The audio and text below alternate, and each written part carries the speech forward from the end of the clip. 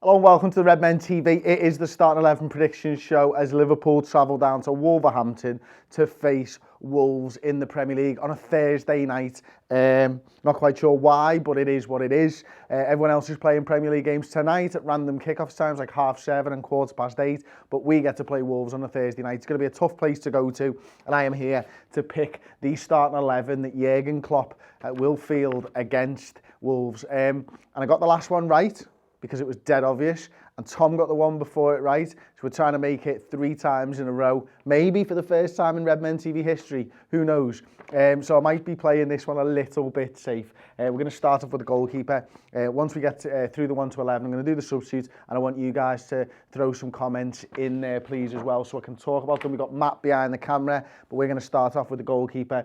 It's going to be Alisson, fresh off the back of his late assist against Manchester United, the best goalkeeper in the world, the goalkeeper with more assists than Jesse Lingard since the start of 2019 is in there, and certainly since the start of this season. 1 assist, Jesse Lingard, no assist, no goal scored. Left back, it's going to be Andrew Robertson. There's nobody else to play left back at the moment. I think James Milner might come back in maybe towards the West Ham game, something like that. He might be available. I don't see that he's going to be available for this game.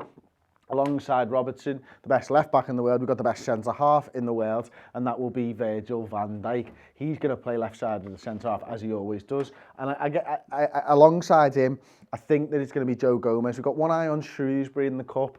I think it's one more roll of the dice for Jurgen Klopp this time around. I think it's play the first team again. Maybe there's a midfield spot that we can discuss a little bit later. Matip's probably going to come back in during that Shrewsbury game, maybe with Dejan Lovren if he's available, or I don't know who else it would be. We'll come to that on Friday. Right back, it's going to be Trent Alexander-Arnold. I can't imagine that it's going to be Nico Williams when Trent's fit and available. I don't think we've got anyone else who can play right back. We know Nathaniel Klein is a long-term injury.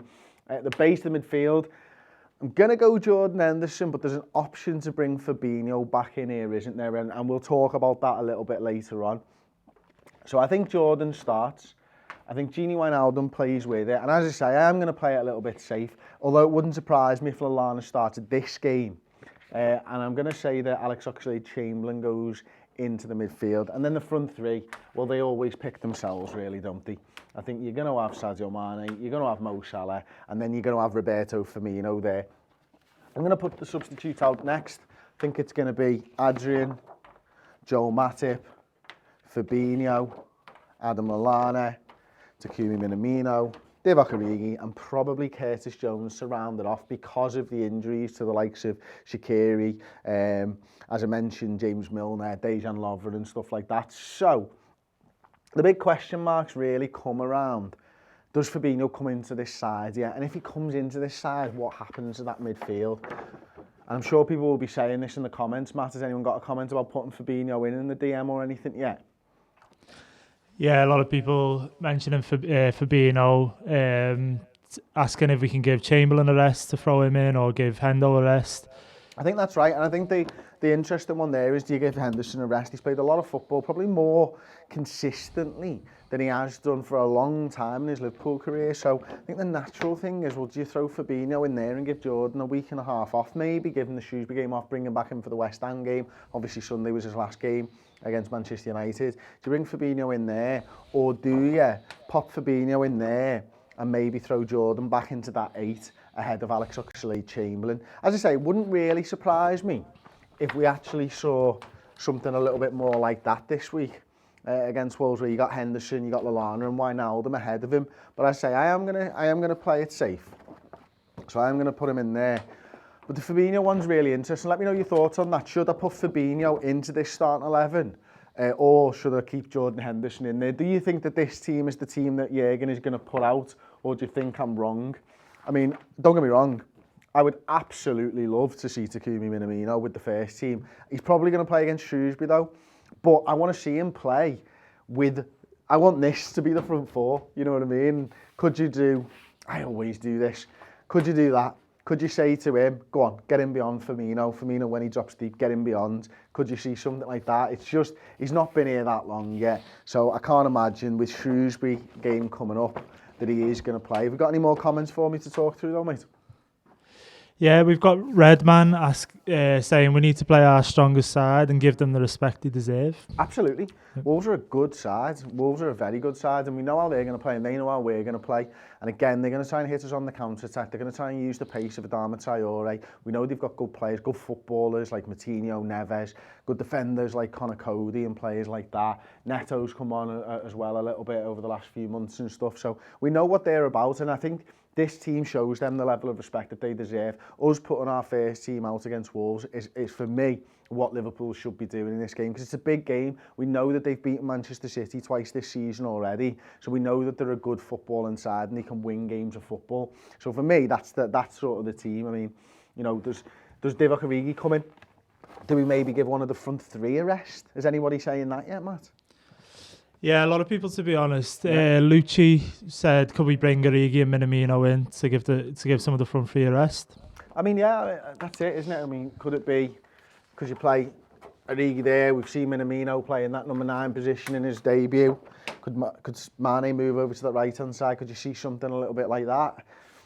Again, if it wasn't Shrewsbury at the weekend, I think all of these things are possibilities. But because we've got Shrewsbury, and no disrespect to them, but we've got a better squad than they have. We've got a better team than they have. We've got a better team and squad than most clubs in the world. We've got a better team than every club in the world. In fact, we are the best team in the world.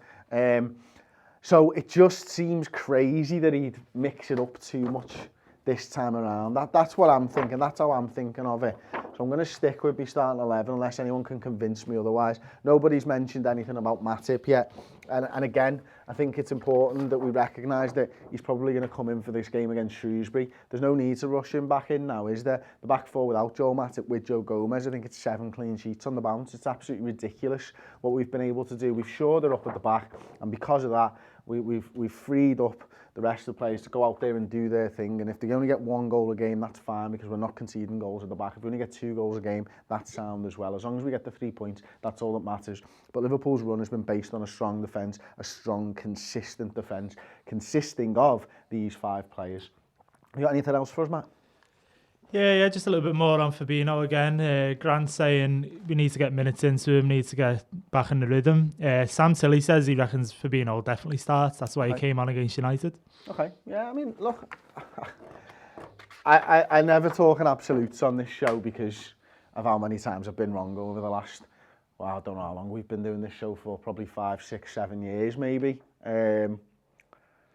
So I don't talk in absolutes. I'd be really surprised if Fabinho came in for this game when Shrewsbury's there, when he can come in and get some minutes in his legs, and probably not as quite an intense a game of football. But Wolves are a side where you might need your DM. So maybe Jürgen does throw us a little surprise there. Maybe he wants to get Fabinho back into the side. Maybe he wants to put Henderson and Wijnaldum there, or Wijnaldum and Adam Lallana, or Minamino even. Can he play in the centre midfield with Wijnaldum and Fabinho? Who knows?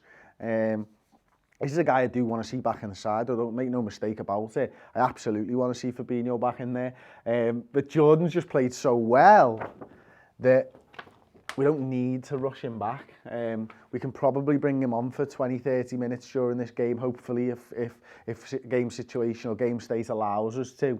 So play Henderson for 60 minutes, bring Fabinho on, get him a little bit of rest that way, give him Shrewsbury off, and then start talking about the midfield on the 29th against West Ham and who's supposed to be in there.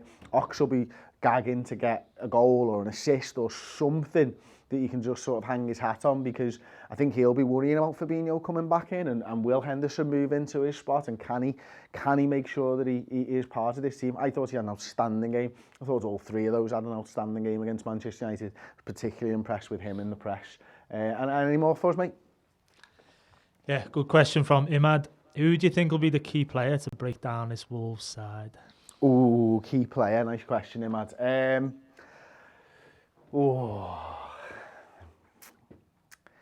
You know what? I'm going to say for my key player, it's going to be Bobby Firmino. He just seems to be in such good form at the moment. Actually, I'm changing my mind. Sadio Mane.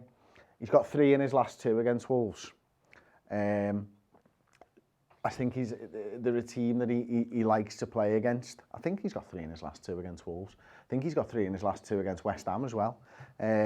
So I think Sadio Mane might come to the forefront and get us a little goal here. Maybe break that deadlock at 0-0. Maybe send us 1-0 up. So yeah, I'm going to go key player Sadio Mane. One more question. Yeah, the COP 1994 says, what about giving Trent a rest? Who for? The COP 1994, if you can reply to me, that would be great. I mean, I did bring it up on one of the shows this week. Do you do something like that? Or is Trent just too good that we can't take him out of there nowadays? Or is Joe Gomez just too good there now to be playing Trent Alexander or to be playing Trent's position? Do you do that? Probably not. But I agree with the sentiment of the question, because Trent's still just a young lad and he's played so much football. I think that if he could, Jürgen would rest him, because not all the time, and it's not a dropping in any way, shape or form. He's in fucking some of the best form I've ever seen any player in. But he does need rest. You need to make sure that he's got a 10, 15-year career still ahead of him. And I think it's important at this stage of his career to get him that rest. Did he reply, Matt? No reply from him yet. No reply. Oh. Because I just don't know who else you'd put there, to be honest with you. I think, you know, if Kleiny was fit and it doesn't look like he's going to make it back this season, he'd be there. Maybe you could throw Milner in there. Maybe Henderson if Fabinho's up and running, stuff like that. Maybe Joe Gomez if Matip's got minutes in his legs already. But Matip hasn't played for a while and Wolves are a good side, so you probably not want to do that. Fabinho hasn't played for a while. He's only had a few minutes under his belt against Manchester United, so you don't want to move Henderson there. Milner's unavailable. I just don't see that there's any option to give Trent a rest, unfortunately. And I'm not sure that Wolves is the team to do it against either, to be perfectly honest with you. Any more? Did he reply? No, still no reply. We got one more from Ivan who says, every game we have all kinds of different chances. There's usually no key player. Everybody does something in this team. He's absolutely right. Ivan is absolutely right. So Ivan has got splinters in his arse from sitting on the fence because he's picked all 11 players as his key man. Fair play to you. You know what? I wish I'd have done that, to be fair. But listen, thank you very much for watching. Smash that like button for us. It really does help. It doesn't cost you too much time out of your life, does it? If you've enjoyed the video, please hit that like button. Subscribe to the Redmen TV on YouTube. Turn that notifications bell on and you'll be notified when we go live. Thank you very much for watching and we'll see you after Wolves, where hopefully Liverpool have snotted them.